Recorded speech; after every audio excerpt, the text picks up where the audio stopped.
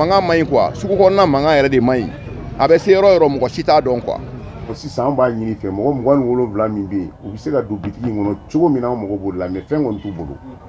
a ko bon an fana bɛ fɛ ka mun an ko bon n'i ko n'i y'aw ɲininka an b'a fɛ ka bitigi d'u ma f'u ka don a kɔnɔ. sisan an bɛ mairie de dɔn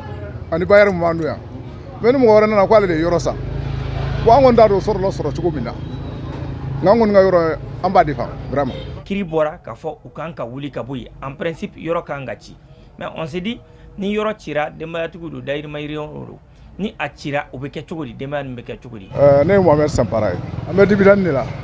awuzu bilahi mina shaitanir rajim bisimilahi rahmanir rahim wa salatu wa salamu ala rasulillahi ala ma minɛ sahaba ma yan de dividende ye a président ye Ousmane Diaby ye o ka secrétaire ye Mamadou Kulubali ye o yɛrɛ taara Dugura bi a y'o de ye bɔlɔlɔw sanfɛ kunu bon ne y'u ka dankan dɔ ye quoi ne de bɛ yɔrɔ in na yan ɔ nin y'anw ka yɔrɔlamɔgɔw de ye bon an ye nin sɔrɔ an y'a sɔrɔ mairie de ka juru a la mairie fana y'a di bayi la dɔ de ma o de y'anw don yɔrɔ kɔnɔ quoi bon an sigilen b'o la i y'a faamuya mɔgɔ wɛrɛ nana ka na an ka yɔrɔ kɔfɛla san i y'a faamuya o ka yɔrɔ dan filɛ nin ye mais comme an ka yɔrɔ b'a ka yɔrɔ ɲɛma ale ko k'an ka wuli ka bɔ a ka yɔrɔ ɲɛma an ka wuli ka bɔ e ka yɔrɔ ɲɛma o cogo la ten e m'anw don anw t'e dɔn ko ale y'a ka yɔrɔ san ko bon k'an ka yɔrɔ bɛ k'ale ka yɔrɔ gêner k'an ka bɔ a ka yɔrɔ ma anw ka tigɛ ten dɛ ne hakili la diɲɛ ko o ko sigikafɔ de t'a la ni t'i ɲɛ i bɛ nin façon kɛ n'i bɛ na i bɛna s'a tigilamɔgɔ de ma a bɛ sigi ka kuma parce que an bɛ mairie de dɔn ani bailleur min b'an don yan mais ni mɔgɔ wɛrɛ nana k'ale de ye yɔrɔ san bon an kɔni t'a dɔn sɔrɔla sɔrɔ cogo min na nka an kɔni ka yɔrɔ an b'a défend vraiment ale de y'an wele kiiri tigɛla mɔgɔ fɛ sɛbɛnw b'an bolo bailleur min ye yɔrɔ jɔ an ka jate la mairie de y'a passé o ma o y'a ka baara kɛ domaine ni fɛnw bɛɛ la fo ka na se yɔrɔ jɔli ma an kɔni t'o bɛɛ kɔnɔna na anw ta ye mun ye dɔrɔn an y'a occupant o y'anw don a kɔnɔ i y'a faamu aw yɛrɛ de y'an kabakoya mairie mun kɛra anw sababu ye i y'a faamuya bara an bɛ ka mairie interpeller ka dɛsɛ u tɛ ka kuma jɔlen si fɔ a ɲɛna n'u m'a fɔ bon a donna tan u b'a fɔ k'a bɔra tan finalement an yɛrɛ découragé o la comme cɛ y'an wele kiiri la a yɛrɛ ye mun kɛ fɔlɔ a ye kiiri de kɛ ka na papier d'an ka mɔ consigne d'an ka mɔ k'u ka bɔ a ka yɔrɔ la ko k'a fɔra ko ɲama de b'a ka yɔrɔ ɲɛma i y'a faamuya bara an ko ka sa kiiri la o cogo la ten bon u ye an fana ye avocat dɔ wele ka bila n'o ye bailleur ka avocat ye o taara ka taa o répond o y'a sɔrɔ kiiri yɛrɛ bannen don yɛrɛ bon o ye mun kɛ ils ont fait semblant ka k'i n'a fɔ kiiri bɛ kɛ ka don dɔw boloda ten k'a sɔrɔ kiiri bannen kun don parce que i b'o dɔn mun na u ko kiiri bɔra k'a ko yɔrɔw na u ye jaabi bɔ ka tila ka kɔrɔsi bɔ an ka pelle sanfɛ an kɔni dabali bara komi an tɛ kiiri procédure dɔn n'an kɔni ka jate la ni kiiri kɛra ni appel kɛra procédure kan ka jɔ fo ka taa se procédure kura ma mais a nɔtɛ kuma min bala mun na cɛ nana ni kɔrɔsi ye ko 3 jours de b'an bolo k'an ka taa ka bɔ a ka yɔrɔ la o de y'an kɔnɔ quoi o 3 jours yɛrɛ tun bɛ dafa bi de o de y'an kɔnɔ quoi donc an serela fɛn ma an b'a ɲini faamaw fɛ vraiment k'u hakili to nin ko in na an t'a fɛ fitinɛ ka wuli jamana kɔnɔ quoi an bɛ waati min na a ka gɛlɛn sunkalo yɛrɛ bɛ ka na n'a fɔra ka na fantanw sigilen sɔrɔ u ka place la olu gɛn ka b'u ka place la maa 20 ni kɔ i y'a faamuya bara o dayirimɛ bɛ yɔrɔ min na o ye bitigitigi yɛrɛ n'o tɛ maa kelen o maa kelen maa 3 maa 4 bɛ se ka sɔrɔ bilen o bɛ denbaya joli balo n'a fɔra ka n'olu sunkalo ɲɛkɔrɔ la ka n'olu ka yɔrɔ ci ka bɔ i y'a faamuya bara an ma taa hali procédure la yɛrɛ parce que k'u bɛ san na nin ye sena de ye n'o tɛ ni sena tɛ e bɛ se ka na cogo di ka na e kelen maa 27 k'e bɛn'o gɛn ka bɔ a ka place la e dun y'u sɔrɔ yen papier min b'e bolo ɲan b'an bolo an taar'i ka papier ye façon min an kɔni m'an ta dɔn o b'an bolo a bɛ faama kelen ka papier dili de donc n'i ye kɛra waritigi de i ka so a fantan ye wa an ye jateminɛ Mali kɔnɔ ne ye waritigi ye e bɛ ko bi bɛn fantan de ta ti bɛn an b'a fɛ o de ka dabila n'u m'o dabila n'Ala sɔnna an ka yɔrɔ an ka fantan minnu bɛ yan an b'u défend dɛ anw ni sugu ɲɛmɔgɔ de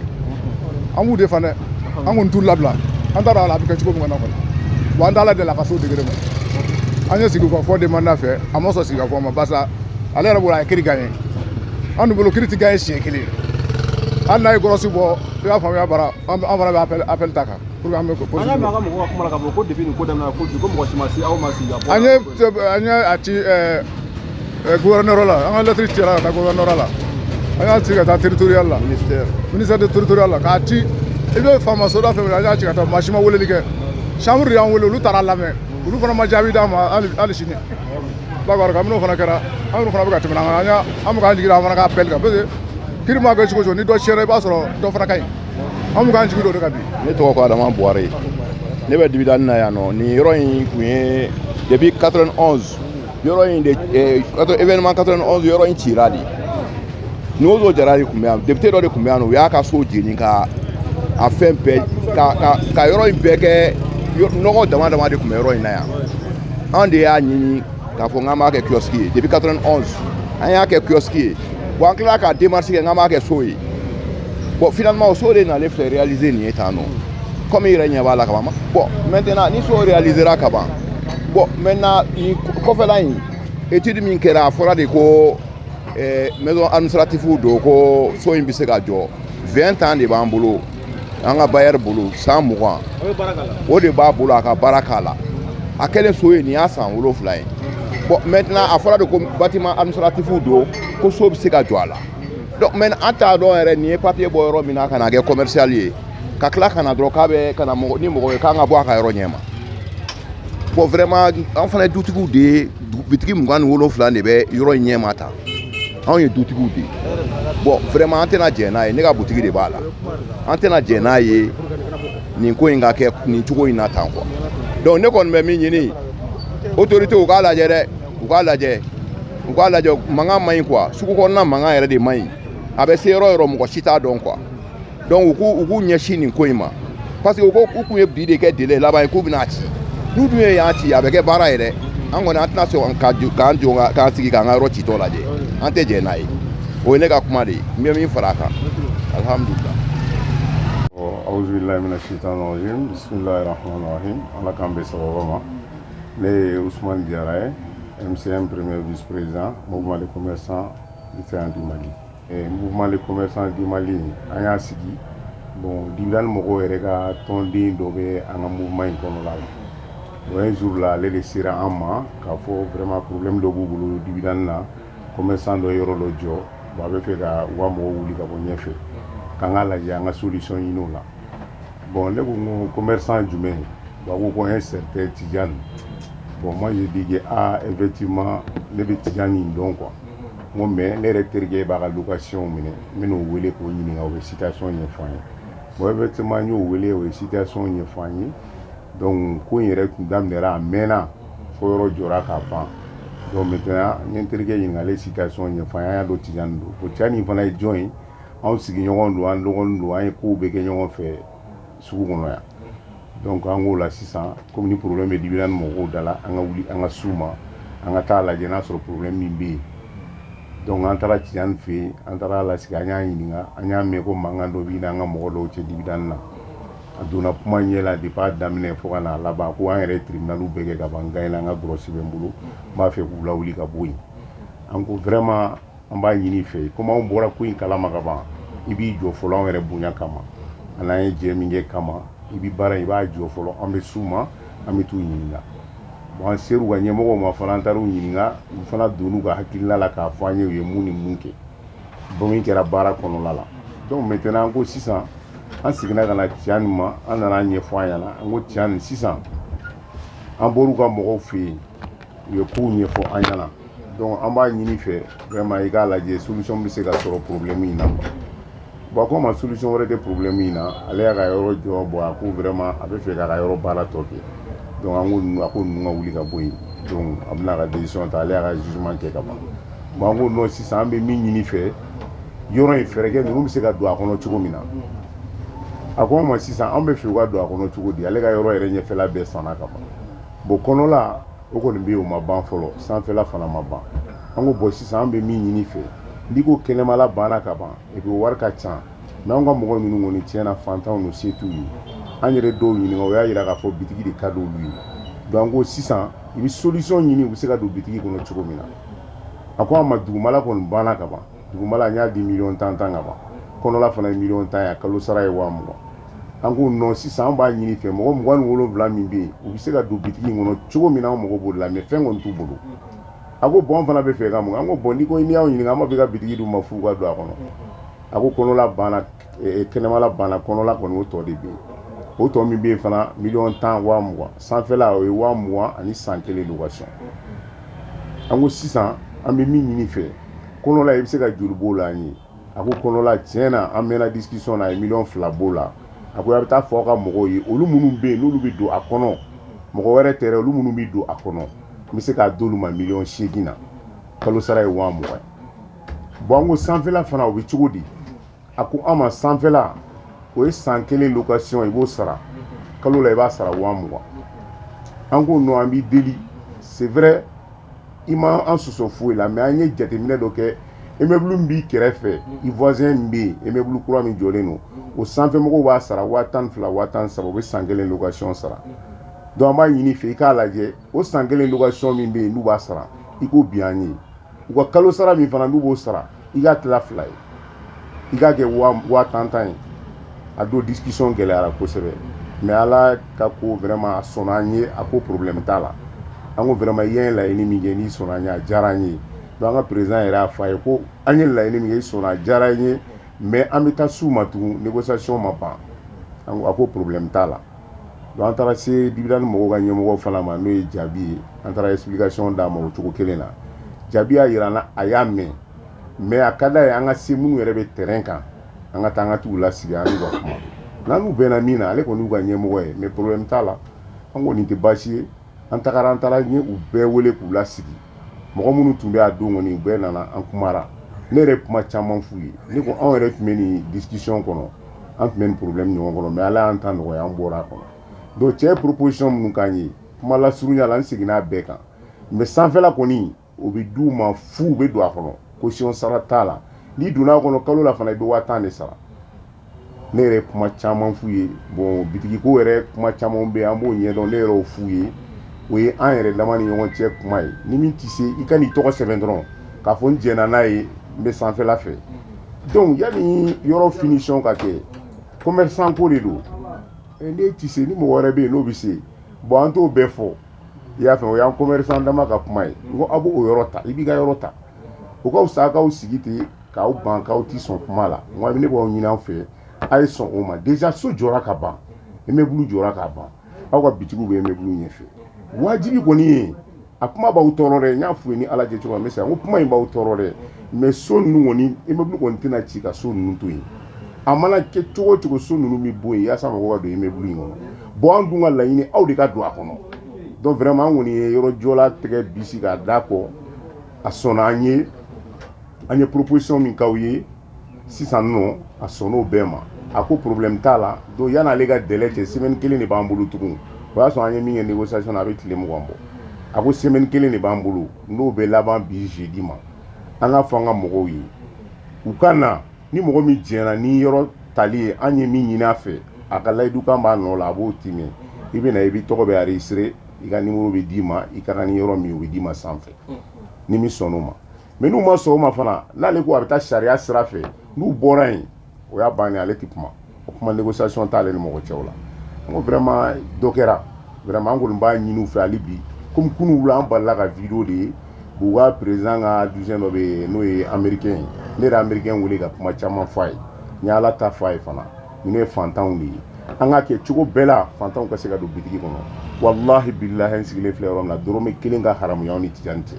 parce que commerçant ka fɛn n'u y'i b'i jija ko min na peut-être a bɛ kɛ dɔw ɲɛna ko fɛn ko don dɔrɔmɛ 1 ka haramuya an n'a cɛ min ma an n'a cɛ dɔrɔn yɔrɔ ɲini k'a di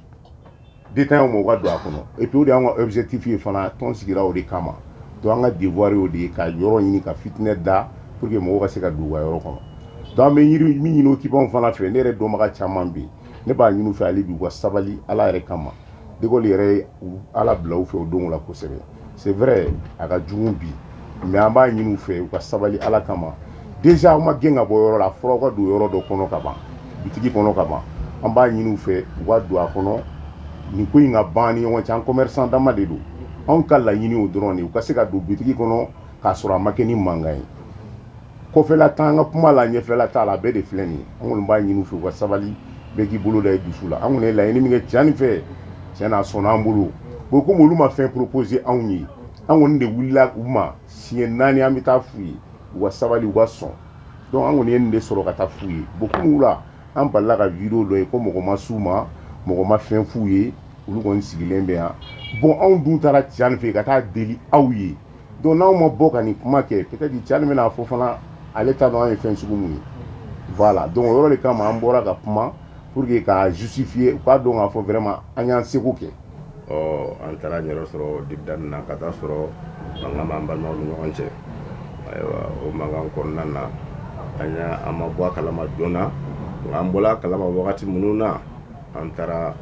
ayiwa an ni dibidani ɲɛmɔgɔw an kumana an ye kuma ɲɛbila k'u bɛna an jaabi an seginna ka na an seginna ka na min fana ye an balimakɛ n'o ta ye yɔrɔ ye n'o Tijani ye an sera a fana ma an y'a mɛn k'a fɔ mankan bɛ an balimaw cɛ dibidani na a ko tiɲɛ don a bɔra n'a ka kunnafoni a y'a ɲɛfɔ an ye an ka ɲ'a mɛn n'Ala sɔnna an bɛ segin ka t'u ma an seginna ka t'u ma ni hakilina min b'u la u k'a fɔ an ɲɛna a don u ye ɲɔgɔn fara ɲɔgɔn kan u ka ɲɛmɔgɔw wele minnu yɛrɛ bɛ yen nɔ n'u u ka yɔrɔ fɛnnen don n'u kan ka wuli olu ka mɔgɔ dɔ nana i sigi ɲininkali an y'a tilala an y'a yɛrɛ ɲininka hakilina jumɛn b'aw yɛrɛ la a ko vraiment hakilina foyi t'u olu bɛ fɛ ka t'u ka yɔrɔ la de parce que i mana wari d'olu ma cogo o cogo u bɛ se ka wari di olu ye denbayatigiw de ye n'olu ye yɔrɔ sɔrɔ u bɛ don a kɔnɔ de ka d'u ye an ka ɲ'a mɛn an seginna ka na an nana yɔrɔtigi fɛ yen an ko Tijani a b'a nani ma ayiwa minnu bɛ yɔrɔ in na tiɲɛ na an y'a lajɛ fantan don denbayatigiw don ayiwa an kɔni nana laɲini min b'u bolo u bɛ fɛ ka don u ka yɔrɔ la de an bɛ témoignage in na an b'a fɔ dɛ parce que n'an m'a fɔ lahara an bɛ taa ɲininka la de parce que an dun nana don a la a man ci dɛ a man ci an ka tɔnden dɔ de b'o donna kuma in fɔ an donna kuma in kɔnɔ ka don ni ɲɔgɔn cɛ ta donc a fana y'i jɔ o y'a sɔrɔ a ka jugement kɛra a ka gorosi b'a bolo an y'a jɔ plus de 20 jours an n'a bɛ négociation na a y'i jɔ fana an taara terrain an ye nin bɛɛ f'u ye bon samedi lundi o man jaabi o man wele an ka welelen o man wele mardi an tila tuguni ka segin ka t'u ma an ko an nana proposition k'a ye ka fɛn fɔ an man jaabi ko ko bon olu yɛrɛ ma ɲɔgɔn ye fɔlɔ yɛrɛ an ko bon ko nin fɛn sugu ninnu filɛ nin ye négligence tɛ nin na koyi a bɛ nin ko in fɛ nin fɛn min filɛ ka fɔ a ye vraiment nin ye ko ye a ye nin lajɛ dɛ o ko bon u bɛ n'u miiri bon an ko bon mais n'an bɛ fɛ jeudi a k'an wele an ka kuma komi a ka ɲɛmɔgɔ y'a jira k'a fɔ an ka taa mairie la bon u b'a répondre donc a y'an wele mairie la mais an m'a fɔ a ka ɲɛmɔgɔw kun dɛ o ye bi jeudi a ye taa ka ɲɛmɔgɔw fɛ yen k'a fɔ bon u nana proposition min ka di o ye nin de ye donc maintenant an jɛnna n'a ye an ma jɛn n'a ye a b'o fɔ a ka ɲɛmɔgɔ ye an m'a fɔ a ka po kun an ma po kun an m'a fɔ a ka po kun kuma fɔ kun ye a ka se a ka ɲɛmɔgɔ de ma a ka taa ɲɛ f'u ye donc o ko k'u ma ɲɔgɔn ye fɔlɔ o b'a y'a jija a ka kɛ jeudi o ko jeudi tiɲɛ yɛrɛ la ayiwa Tarawele ni contrat de bail bɛ min bolo a taara u ka dugu la a k'an ka na jeudi ko bon hali n'ale tɛ yen a ka représentant dɔ kan ka sɔrɔ yen an ka taa an ka kuma dɔrɔn donc vraiment mairie ka kɛ témoin ye yɔrɔtigi ye proposition min kɛ ɲɛmɔgɔ k'a faamu voilà donc an ni ne tɛmɛna n'u cɛ bon kunun ko ayiwa olu ye video kɛ k'a fɔ ko mɔgɔ ma s'u ma ko ka fɛn f'u ye k'u ni mɔgɔ si ma kuma bon an de ser'u ma ka kuma an b'a kɛ an ni Ala cɛla de la an tɛ fara Tijani kan awa an tɛ taa bi olu kan an kɔni y'an da dɔ n'i y'i da don fɛn na n'i ye silamɛ ni hɔrɔn ye n'i y'i da don fɛn na i ye min kɛ i ni Ala cɛla la i b'o de fɔ an ye min kɛ an ni Ala cɛla la o ye nin de ye. Ne tɔgɔ ye Jakadiya Jalo ne bɛ baara kɛ Cityphone na ni a ɲɛmɔgɔ ye Tijani Kuma ye an bɛ an baarakɛɲɔgɔn bɛɛ fo ka an dɛmɛbagaw fo nin dossier la kosɛbɛ kosɛbɛ ni o ye mouvement des commerçants du Mali an b'u fo u ka hakili la k'u fo u ka dɛmɛ la dɛmɛ jumɛn de ko don dɛmɛ min b'a to an mun nana garijɛgɛ ɲini na an bɛɛ bɛ se k'an garijɛgɛ ɲini cogo min na ladiriya kɔnɔ